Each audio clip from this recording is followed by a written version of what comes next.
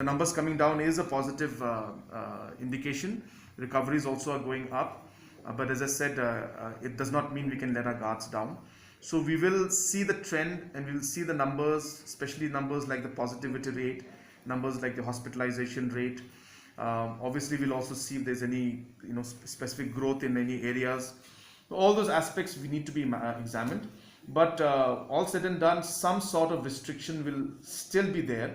The question is where we can allow more activities to take place is the only question. But really, it's not possible for me to sit here and give that conclusion. So let's wait for the meeting, official meeting. Hopefully, in the next day or two, once we sit down, we'll take a call on what we'll do, by next week. So it'll all depend on the trend in the numbers. It is something that obviously is an issue that has been examined and discussed number of times in the meetings that we have had. And as a government, we do realize that we need to provide wherever we can support in these difficult times. The difficulty with obviously this whole situation is that the scale will be very large. So if we support, then it has to be to everybody. And number two, obviously the challenge of also the finances that are there, which are not that great for the country as a whole. So keeping both these factors in mind, it's not very easy. It's something that obviously we would want to do, and it's something that the government must also try its best to do. And that's where, wherever it's been possible, we have tried to support.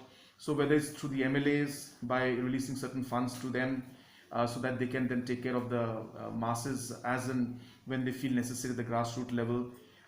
So MLAs are doing that, taking care of their constituents.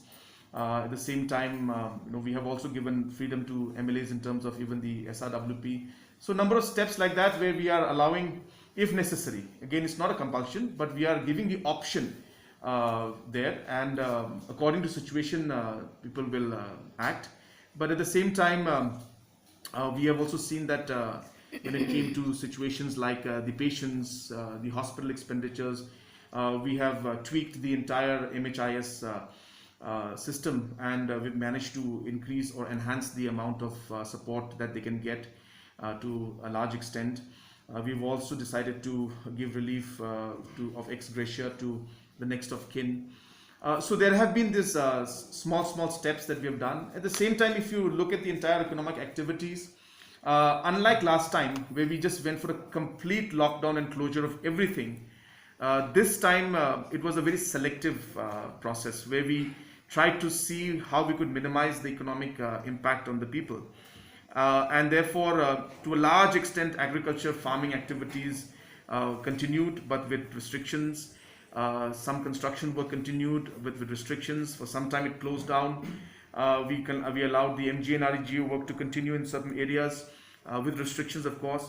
So we try to minimize the impact on the grassroots, but it's difficult.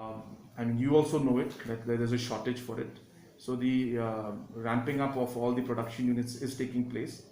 We are hopeful that we will be getting more vaccines in the coming days. So I hope that within this month of June, we will see a bit of marginal increase, but we are confident that by July, we should see the numbers go up much more. And coming August, September, October, we're very confident that the supplies will go up, and we should be able to complete the process very, very soon. So it's a shortage. It's not just for Meghalaya, but it's for the entire country and in fact the entire world. So we are hoping that quickly the ramping up of the different factories and companies takes place, and we're hopeful that we'll be able to meet up the shortage that's there right now.